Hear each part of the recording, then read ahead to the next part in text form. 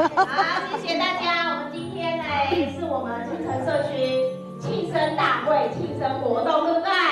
对。谢谢大家在这么开心的心情来参加。请大家保持微笑，牙齿露出来，牙套不要掉了，牙齿不要掉下来哈。很可爱的呢哈，来看着。可爱的长辈哈，蛋糕是我们亲手做的黑糖蜂巢蛋糕。我们理事长陆续颁发1月到3月的寿星啊，我们的长辈的生日快乐！亲爱的长辈们，身体。我来到台湾的时候，我接触到社区的一些样态跟长辈那么多的时候。我发现其实他们很需要帮忙啦，很需要协助啦，而且社区的长辈也非常的认同我啦，对，他也蛮爱我，然后也愿意配合我们的一些推动。然后鼻子这样闻闻看。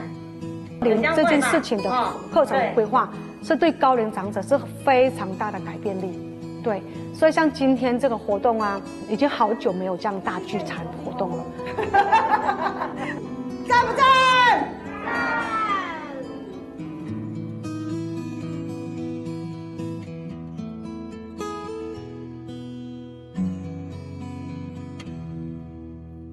我覺得梅蘭鳳從東江海南島過來，入海灣之間的話就第個5月了。今年呢，我講話定的路定約無多就去推行老年的話行間。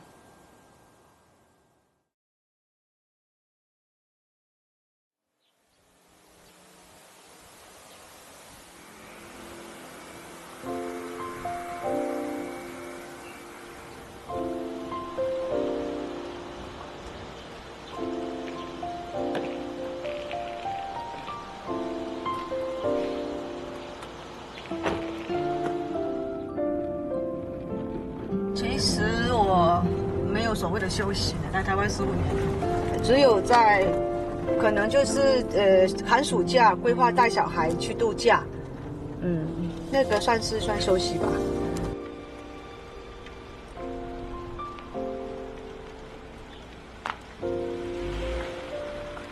五谷一个，鸡肉包，芋头一个，梅干菜包要吗？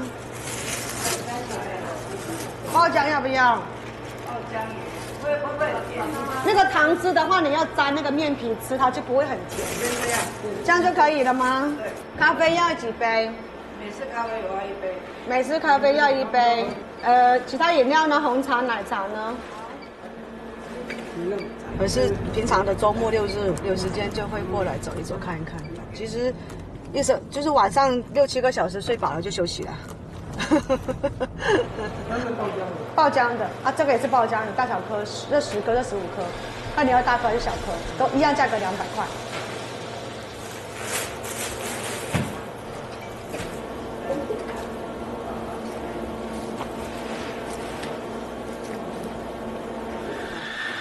谢谢哦，稍坐一下哈。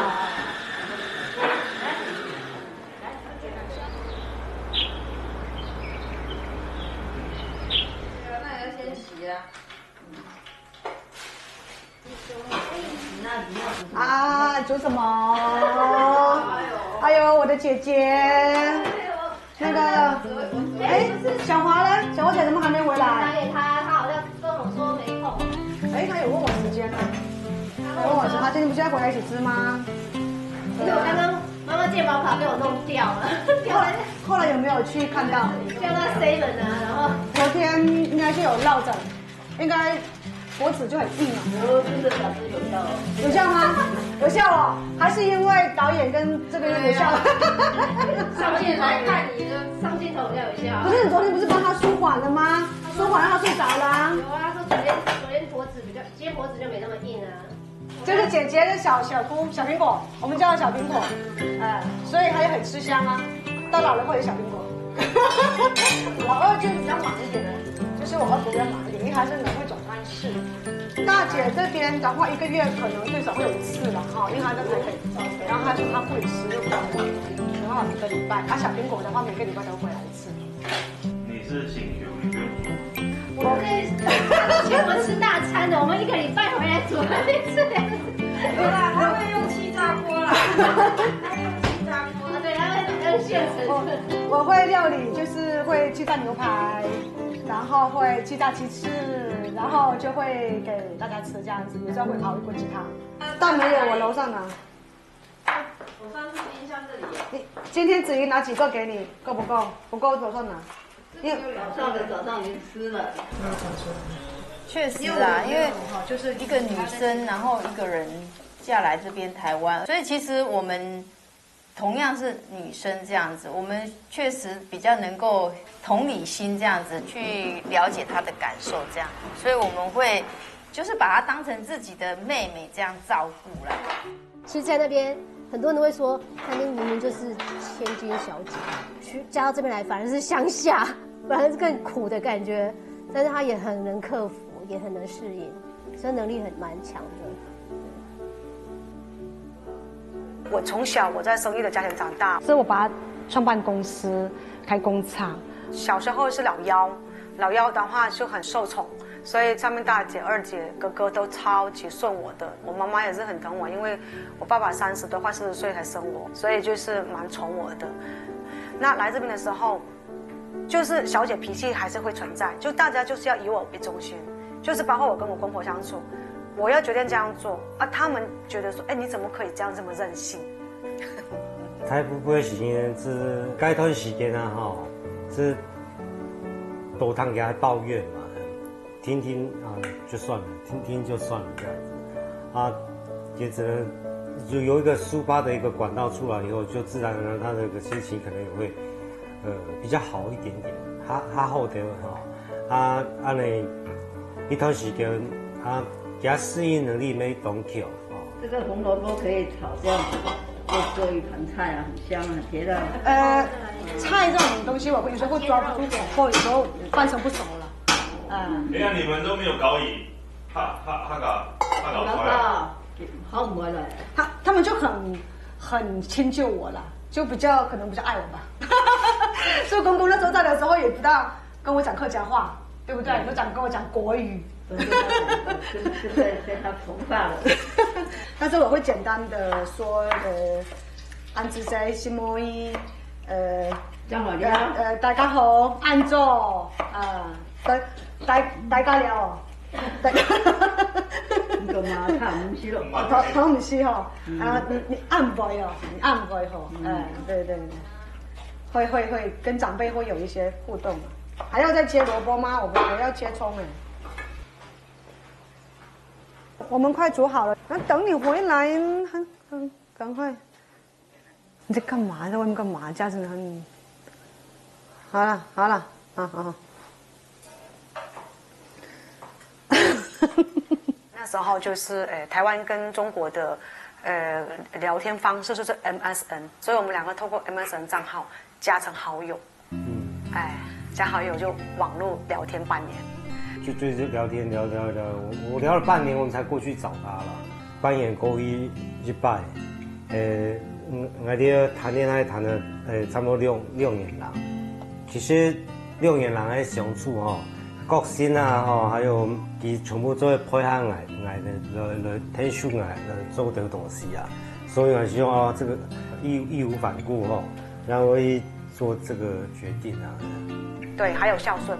对，因为他很孝顺，对他的爸爸妈妈哈，包括我的爸爸妈妈，就是同理心呐，同理心就比较很强这样子。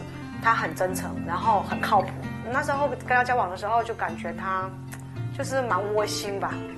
一个男生可以这么细心，可能就是年纪比我大一点嘛，也就还好哈，就是他。你比较像男人，我比较像女人。我们俩好像颠倒过来了。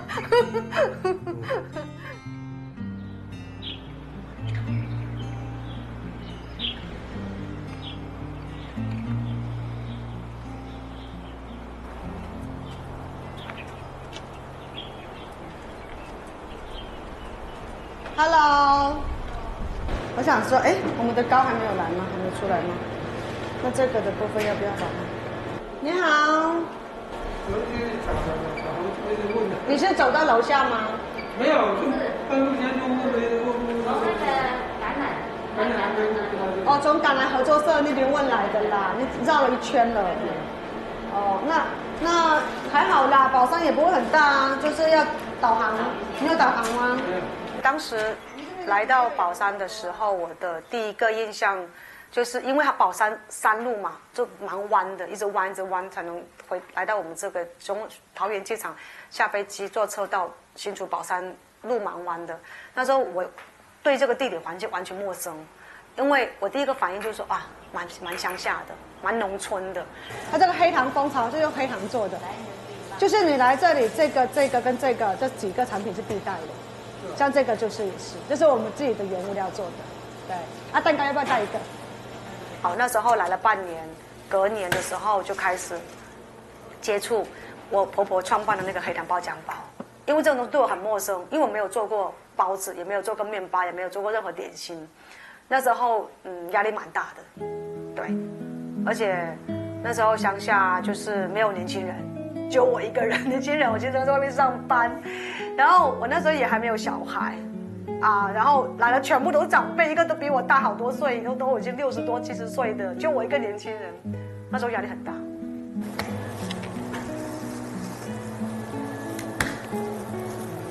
这是我们的最早期，然后我们婆婆那时候就研发了这个黑糖爆浆包。那因为这个黑糖爆浆包呢，当时在研发出来的时候，因为我们这客家人在访视的时候很热心嘛哈，所以他们就会做这个爆浆包去访视。后来长辈吃着好吃，他们就帮我们去分享。他说啊，你们不要一直送啦，啊，你们就是那个做后我们帮你们买，就这样帮我们宣传出去。后来像客委会的一些活动邀请我们去做一些展销啊，去推广啊，所以我们就把这个包子慢慢的行销起来的。这大颗的，对，这是爆浆嘛，好，然后有小颗大颗，好。我那时候跟他想放弃，我说我不想做了，我说我想回海南岛。对，我那时候跟他讲啊，我说我不想在这边待了，我觉得不是我想要的生活，因为这么多长辈在这边，然后我又要送馒头，我觉得那都是体力活啦。我说我想要去百货公司，我想要去百货公司卖化妆品也可以，卖衣服也可以，走精品路线。我想要去看一看商机嘛在哪里呀？因为我从小我在生意的家庭长大，我大学念书，然后我也做生意，那时候我就已经批发珍珠贝壳到北京服饰店那个钟表店去批价给他去卖，差价赚一点点。对，因为他总要安抚我嘛，对不对？但是我老公就是很厉害，他很有智慧。他那个时候就怼我一句话，他说：“你连个包子都做不好，你连个馒头都做不好，那你还可以做什么？”因为我这个人激不得嘛，激将法嘛。然后，我后来想想说，一个包子我都做不好，你那么笨吗？哈。后来我就想说，好，没关系，那我先把品质顾好 ，SOP 拿下来，做出来完整性。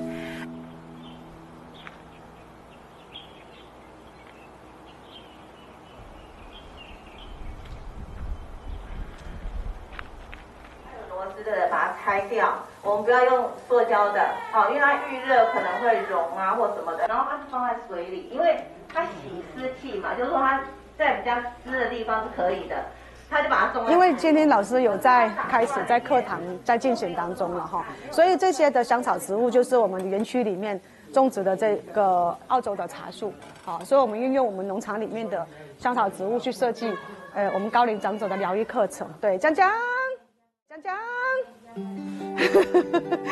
对，还有吴姐哈，对，那我们的伙伴呢，就是非常的认真跟有爱心，在我们的长辈这边的陪伴，所以老师有在上课的时候啊，那我们的团队、我们的伙伴呢，都会捧场去协助，让这个课堂哈有顺利的把它完成这件事情。好，大家有没有发现我会里面摆水，然后呢，我们现在还没开火，前面不会烫，所以我们先拿给大家看我中间是怎么去布置的。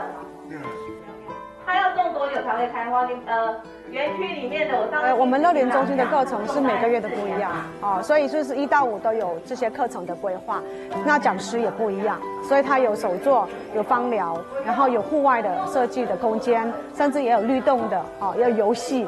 所以我们的乐龄中心它的课程非常的多元化。它是因应我们现在的中高龄长他的一个身体的退化的机能，去专业去设计好的，让他的退化的某一个部位慢慢会减缓下来。休息，我们在这里面上课，上课。好，那在其他的地方也有人尝试，它是一个大本。社区发展协会的第2任理事长是我婆婆，那时候产业链都还没有什么爆浆包啦，哈，也没有什么那么多的长者进来，只有5、6个长辈这样子。那因为婆婆当理事长，所以呢，她很热心，她很有爱心，她想要做好事，所以她就把就是我们自己的这个农场，把它提供楼下的刚刚我讲的仓储那边一个一个加盖，都是我们自己自筹的，然后就把它前置空间打开给社区人全部使用这样子。对，那刚好我们接棒嘛，我们接棒以后呢，就希望说这么多可爱的长辈在这边，在受我们的一些带领下或者服务上呢，是不是它的服务品质会要更好一点呢？可是更好一点呢，就需要蛮多软体的堆叠，包括人力，包括环境。抽血，今天抽血哦。好啊，那就休息一下，抽血完休息一下。啊，对啊。他不肯吃。然后还要开，然后他不肯吃。我那时候跟他在认识交往的时候啊，因为提到说他想要带那个银发俱乐部的一个生活空间，其实我当时是反对，因为我觉得这么年轻20、30岁的小伙子，然后我也很年轻。为什么每天都要跟高龄长者在一起呢？因为感受到是那种就是，没有生气，没有生机，然后没有希望，没有未来的事情，为什么要做这件事情呢？我当时是不是很支持这件事情？他有排人，他那个阿福，你听见他们比较急人，给阿福带着嘛。其实，我爸以前那片老乡长吼，啊，佢对遐居民啊吼。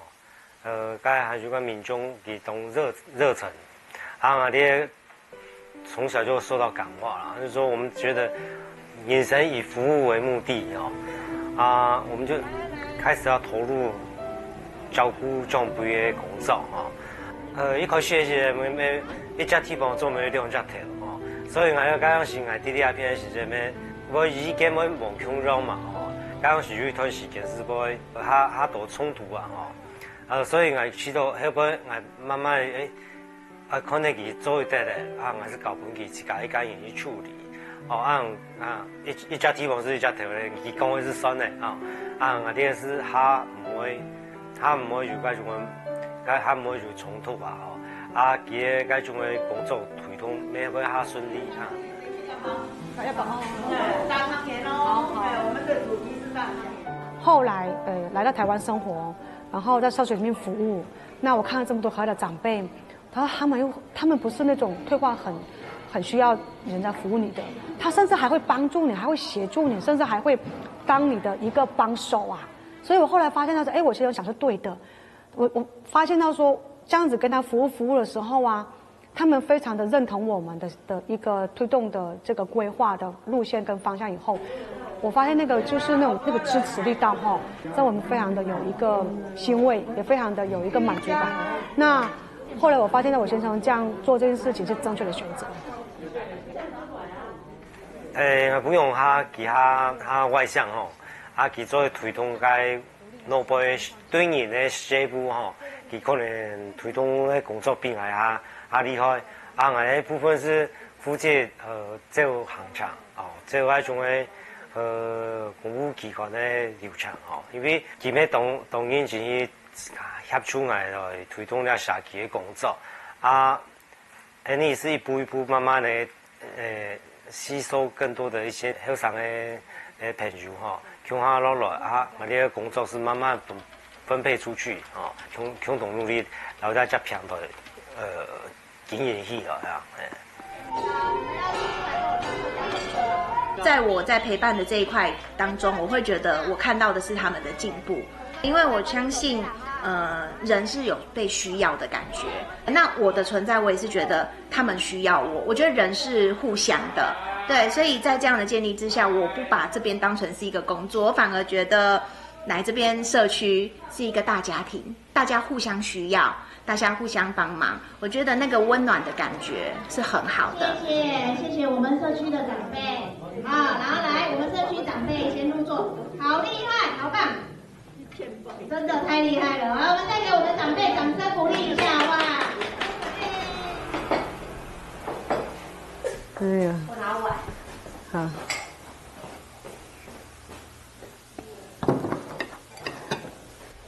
好了，妈妈先坐着吃饭了。你要坐着吃还是要那个来坐着吃吧？这个比较配饭哦。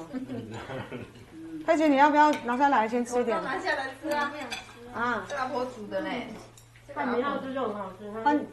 茄因为我们比较生活化了，就是以家为核心哈，就是家庭就是有小孩，很多小孩，也有长辈，然后血缘关系就是很看重，亲情很看重，就是很浓厚。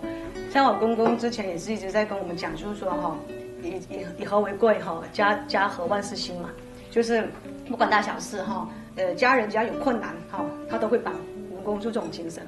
就是我小孩子啊，也很小，像洗澡啦、要吃饭啦、要喝奶啦，啊，我只要忙的时候没有空啊，他们都会帮忙这样子啦。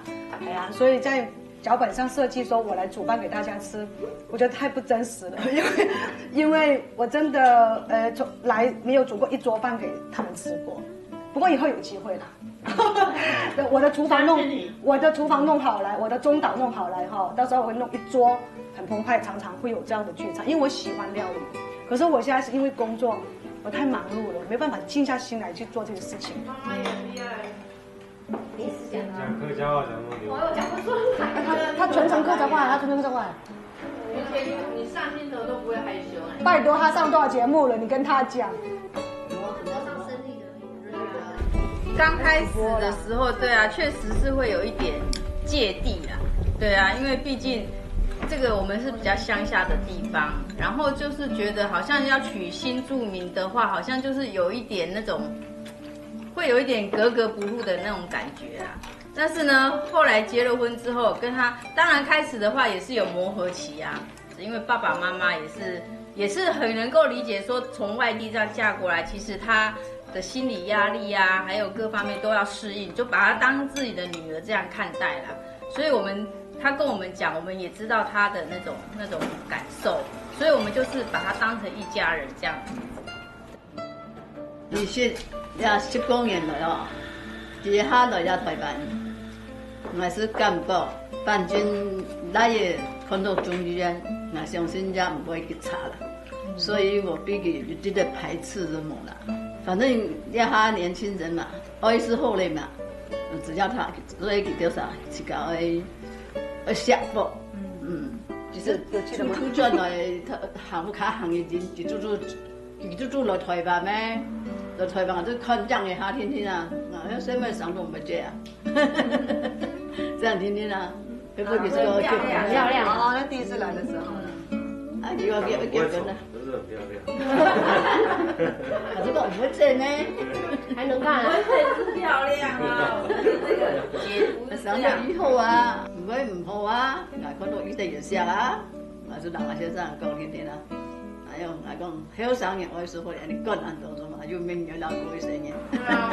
哎，他有讲出来，刚开始刘峰跟他讲说，他认识我的时候，他还记得，你还记得？他没失忆啊。对呀，不是以前的事情记得很清楚，现在也没失忆啊。你讲客家话虽然我完全听不大懂，可是我大概在知道你讲什么。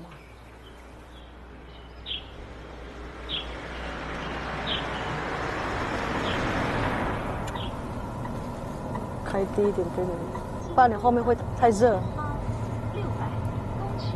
你等一下，我要卡东西。好，然后我的包包出来，等下下去买东西要背包。因为我每次就要出门，我就要带一个伙伴，这样的话我可以休息一下。然后有时候啊，出来的时候电话还会一直打过来，那我还要处理公事。其实一个就是说出来的时候我也是放松了，那我也可以休息一下，或者是比较平静一下，就没有那么多的公司这样子干扰。那所以我一般出门我都会喜欢带一个伙伴一起出来，也是可以培养这样子的一个互动关系啊。我现在反而比较喜欢乡下。年轻的时候，以前在海南岛生活的时候，在都市里面觉得很方便，然后我们常常晚上都有宵夜啊，都可以去唱 KTV 啊，都很方便啊。可是来台湾生活以后，慢慢的已经就觉得，还蛮安静的，然后也就是不会那么多的杂音这样子的，反而比较习惯这样的生活模式了，也是慢慢适应下来的。如果我没有嫁来台湾的话，我也是过这样的生活的模式，也是一个乐在工作，也是可能自己也很忙碌也是在建构一个我自己的一个事业或事业体，因为我就是比较喜欢做自己想要做的事情这样子。那这些现在的事情就是我想要做的，也是我先生想要，刚好我也想要，所以就可以把它建构起来，所以这个很重要啊，就是也蛮有得到很多的肯定啦，因为有很多的声音的肯定你啊，那你就更好的动力去做啦。之后的俩心球，做埋好结好干心啊，心情好干好兴干，听人讲。而且高薪老爱个头发高薪冲冲，因为我想我做嘅事情，我隔天我比做比格成功，做好起来，我看佢心态咩暗用嘅心态。最近这几年看他的做事情，他就是很果断，他觉得他做事情他要做就要做到最好，而且他的执行力很高，马上就是脑袋里马上就有那个蓝图这样子，所以说我们就是也是很佩服他这一点，而且他很上进，就是有对于我们这个工作上或者是哪里有需要去进修的话，他二话不说马上就报名参加这样子。没有想过说自己步调应该要缓慢一点，可是你这样你都没有自己的时间，没有自己的生活，你是女人，你不会想说要去保养。你们把我当女人看吗？其实我不像仿像男人，不是吗？你们把我当女人看吗？其实我不像仿像男人，不是吗？那为我自己的生活的话，我觉得就是度假的时候，像寒暑假带小孩去大饭店，我真的超喜欢在那个大饭店里面，我什么都不要管你们去游泳，你们去玩，不关我的事情，我就享受那种氛围，就是那种饭店的那种villa那种氛围，然后睡到自然醒，电话不要响，关机，然后我就小孩自己玩自己的，所以我就在那边发呆，放空，这就是我最喜欢的感受。你要下车。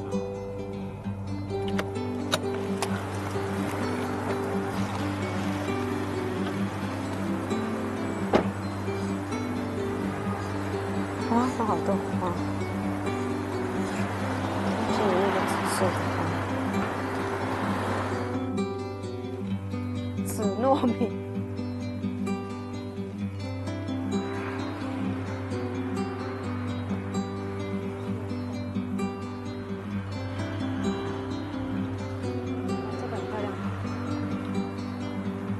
这个也是有那个香草植物的味道。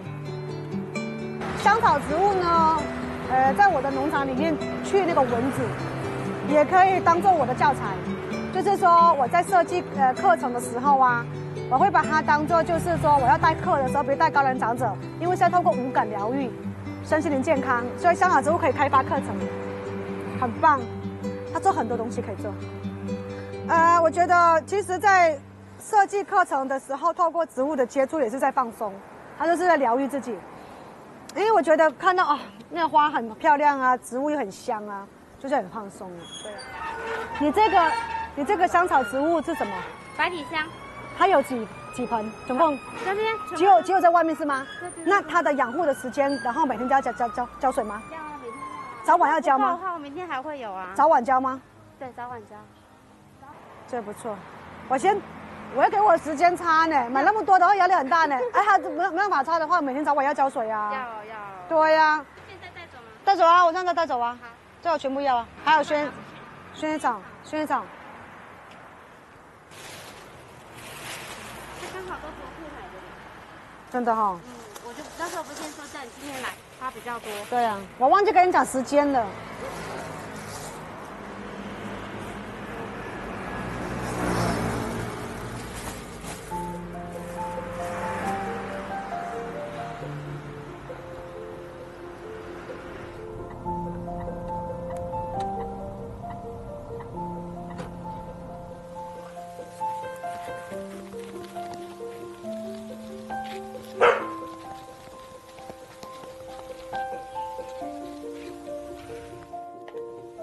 可能喜欢美的东西吧，因为我喜欢漂亮的、舒服的，然后有颜色也比较让我感受都是看得很舒服的、养眼的。对啊，我小时候就很喜欢花，就很喜欢植物，我觉得让我很放松。对，我觉得让我接触植物的时候，让我是最舒服、最快乐的时候。对啊，因为我真的很喜欢花，然后我看到花的时候我就好开心。情人节。他问啊，希望替先生送一朵花，我不是，所以我会自己去买一束花。对，当然是。你要说，哦，希望我先生一朵花，就他送我一盆花。他不是送我一盆花，他是送我整座山的花。他说：“你想要布置，给你布置，全部给你。”你累不累？所以还是接触一束花比较好。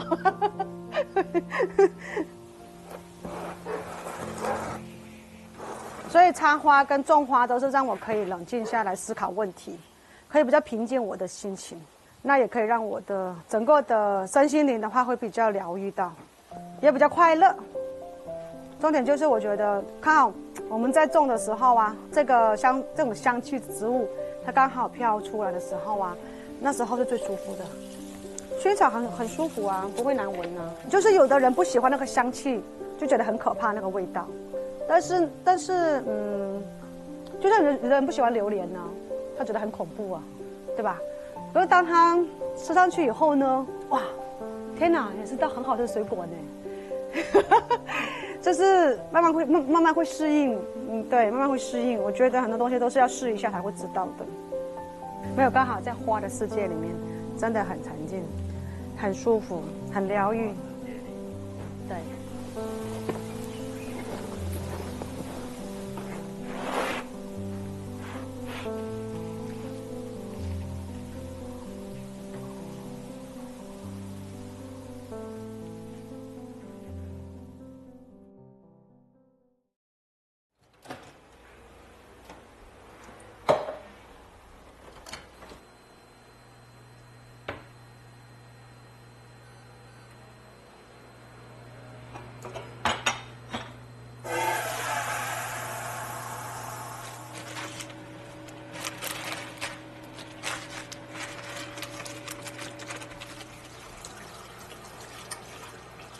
我会用的这些食材都，因为晚上有些时候不见得有空，对，所以早上会做的比较好，蛋白质比较多给小孩吃这样子，对。忙是归忙啦，但是时间大家都是平等的啊，就是还是要照顾好家人，哦，小孩子成长哦，时间很快的就过掉了，可是你这个时间没有给他营养的话，他就是停在那边就推在那边去，他就不会长那么高。所以我的理想，他的人生身高目标是180以上，男生了哈，女生又比我高，因为我160嘛。所以营养很重要。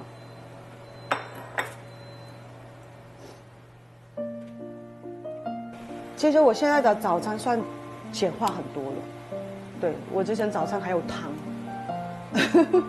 所以我女儿就觉得说啊，她跟同学分享，她同学讲说，她跟同学讲话早上吃什么还有汤，她同学不相信，这不是晚餐吗？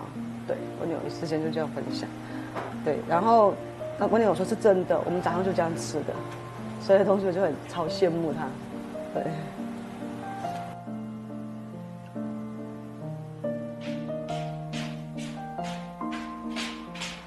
上展啊！快起过来，我妈煮好了。我妈煮好了呢，宝贝。走。去穿裤子出来，走。没有吃的话会冷掉哦，哈。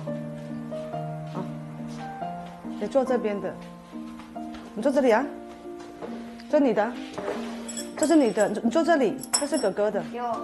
姐姐会坐这边一起吃，哥姐的最多的。你要拿去哪里啦？明翰新出来一起吃的。上场以前也拍就是社区然后拍我的一些美食嘛，那边的黑糖。可是我们这个就第一次到家里面，就是让他们可能有点不好意思，这样很就是突然间在家里面一起吃饭啊，然后也可以入境这样子，他们觉得有点不习惯哈，是吗？有点不好意思这样子，害羞。哎呀，就是这也是很好的一个生活的一个纪录片呐，妹妹。就是妹妹，你是几年级的？我忘记了。5年级。哦，我对。5年级是几岁？11。看了导演讲啊。11岁。你看啦，穿裤子出来，在这边坐来吃。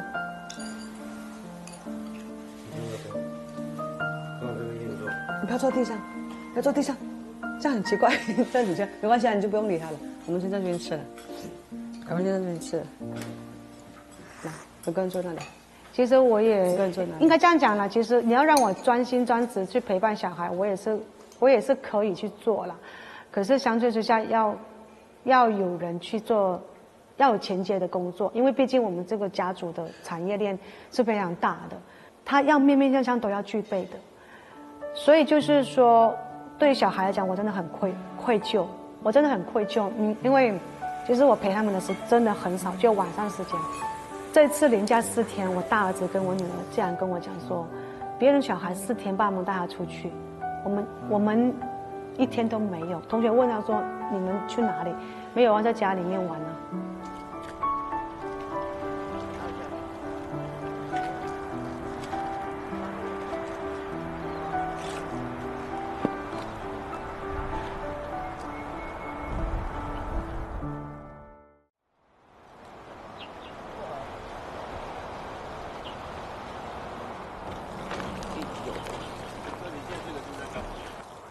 浇水啊！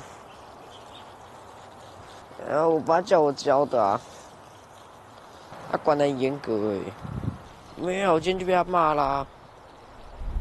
因为我学校参加烘焙社啊，叫我去做饼干呐，结果我不想做，他就在那边生气。我记得你们不是有上那个才艺班吗？假日不用上吗？哦，照上钢琴。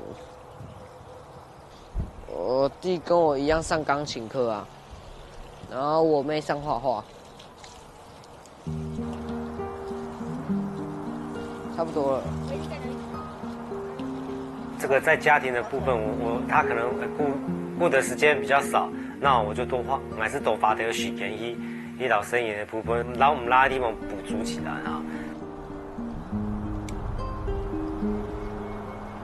对，我没有把妈妈角色做好，有时候我想说，哎，我蛮失败的，对，没有陪伴到他们了，确实是我还是以工作狂了，还是以工作为最大的。有些时候信息来啦，电话来啦，我小孩讲话我都没听到的。像我昨天还在回复信息，然后这2天说的事情，昨天晚上我儿子回来就跟我讲，妈妈我肚子饿了，我要吃什么吃什么，我根本没有理他，我只回信息，他很生气。我说你安静，等一下，我先回复完信息，我再回答你好吗？没办法，因为你生到这个大家庭里面，你必须就是要面对的。其实可以慢慢去正确引导他了。我相信他会越来越好的，我小孩会特别懂事。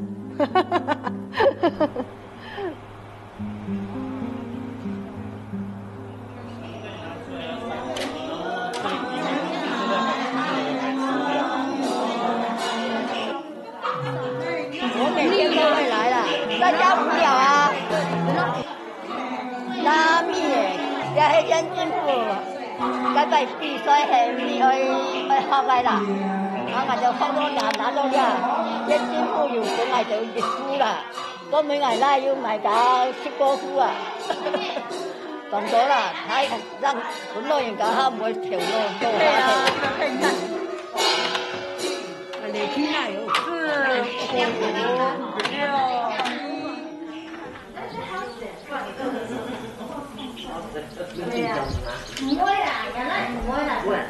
我们这个就是我们台大的竹东台大分院，每个礼拜四固定在这边帮我们宝山乡的长辈看诊嘛，哈。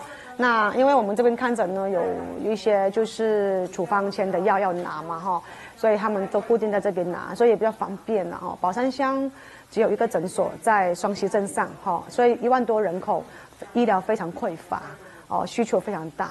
那刚好竹东台大分院在社区的这个关怀据点去设这个义诊站哈，也帮助了好多的长辈，也让很多的家属啊不用特别的请假，带他爸妈去从都市去看医生拿药，对，所以今天长辈蛮多回诊的。他们是2个人啊，所以他们2夫妻排3次课是吗？他们这个月不止哦。对呢？对哦，他这个月他们3次啊。你要等去向着哈。好，我们人员已经准备好了。我在这边哈，当然我真的是因为理事长、老板、执行长，他们真的是深爱这块土地，所以社区发展协会也10多年了。那我觉得对于执行长来说哈，我觉得他真的是很用心。好，虽然他是也是新住民这一块，可是我觉得他对于长辈的爱，就像他在。就是可能也是对他家里的长辈的那种爱，我们在付出。我也深深的认为心念啊，心理的健康跟开心会影响身体。好，所以我也发现说，进社区的长辈，心情更开朗了，笑容更多了，然后身体也更健康。嘿，所以这个其实是我觉得我在做这个长照的体系行业里面，其实带给我的也是感动。其实你用很简单的客家话跟他应对，真的要学啦。我觉得那个感受是不一样的。你跟他应对，加上我觉得 body language， 我觉得手的动作很重要。其实你不要跟他有隔阂，好，你牵着他，你勾着他，好，你跟他的距离，我觉得有时候这样子，其实心就没有距离了。喜不喜欢？喜欢。爱不爱？爱。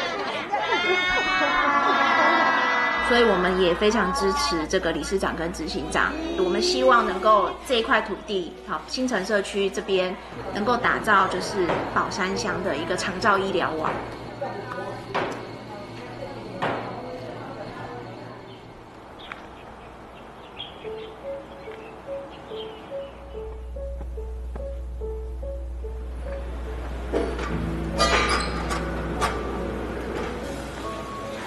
好了。我们今天是有客人预约吗？有，今天晚上的那个校长大概20几。今天晚上6点半。哦，都是校长吗？对，是新竹校长。上次来过，然后因为他们时间比较忙，他们就下一批就分2批，有的是国中，有的是国小。上次还有个从司马库斯下来。那好远哦。对他来，他有点迷路，他来的时候已经4点多了。这间是我们就是社区这个农场里面的一个西式料理。因为这个餐厅呢，当初我们在成立的时候啊，我们就是想要去倡议台湾的一些健康的一些饮食，所以我们现在的菜单呢，我们所有的料理的食材全部都是台湾在地，包括我们的蔬果也是用有机小农的。先给他们，它口感其实是非常有层次的。对，我们是合作伙伴。对，那因为倩呢，她对健康饮食这一块，她也非常的执着跟坚持，就是因为我们共同的理念，然后有共同对饮食这块的一个健康为导向，对，所以才会共同可以把这个产品营运起来。我觉得是他的想法很好，因为我们就是透过我们这餐厅只是一个，其实可能类似我们的一个媒介而已。我们在这边做，其实不只是做餐厅而已，我们的包含我们很多的美食，我们是希望说透过餐饮，然后美食吃的这件事情先开始认同，这样 ，OK。古时像鸦片的人吼，大部分都喺老人家，佮夹生年呢冇办法赚了，可能工作机费啊、东西，佮人家他有安种嘅平台，和鸦片做一把像柑咩啊或梧桐嗰度东西，现在按键打样东西做到按脚，做到按看到那种同后生按钮，比如都是想讲，那可能做到准了，恐怕你加入我们可以一起做这样的事情。黑糖撒那个黑糖，在上面，在布布上面撒黑糖，是，他们觉得很不错。当他们在吃的时候，他们会把那个蛋化开了之后，他们就会吃到就是淡淡的那个黑糖的那个香气。我觉得跟浩伟啊、Tony 这边的结合和合作，因为我觉得这个是缘分，它的料理概念就把食物的原味把它逼出来，所以就是有共同对饮食这一块健康的理念，然后我们走在一起合作。所以呢，浩伟他等于年轻人回来家乡创业的话，很棒这件事情，对，然后也可以跟我们一起提倡健康饮食文化。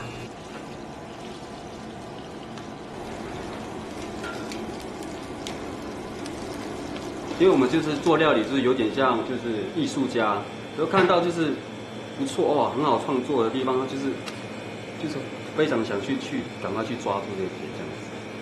我觉得这边的东西都可以做很多的创意，然后有些就是觉得说哦，鸡酱就是可能是山鸡肉什么什么的，但是我觉得这个东西它可以做的延伸，在更多的料理这个变化这样子。我希望就是因为我老婆关系，我是这样来到就是陌生的地方，但是我慢慢去深度去了解这边的环境，就很有亲切感，然后就是蛮热情，然后觉得说哇，在这边很棒这样子，然后就是想就稳定下来，就在这边住下来。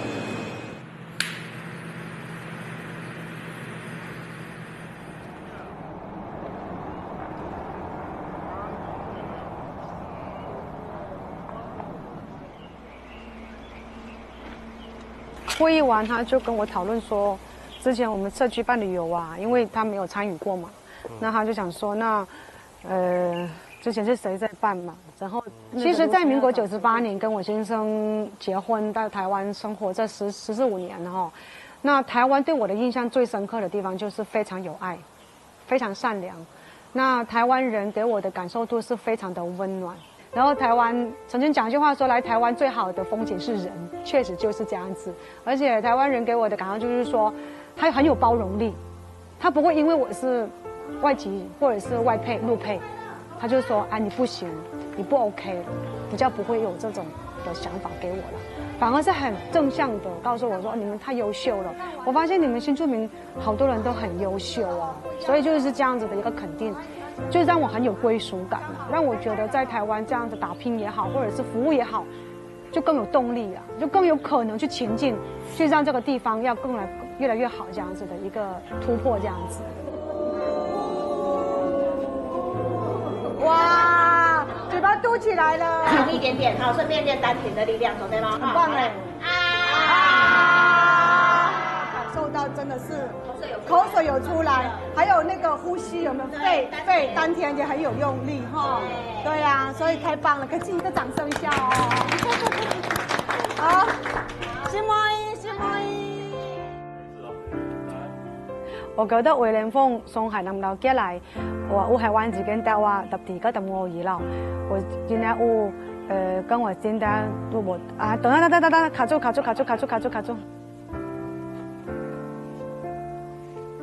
打噴嚏了。我大姑啊，我姐啊，50幾歲了，就說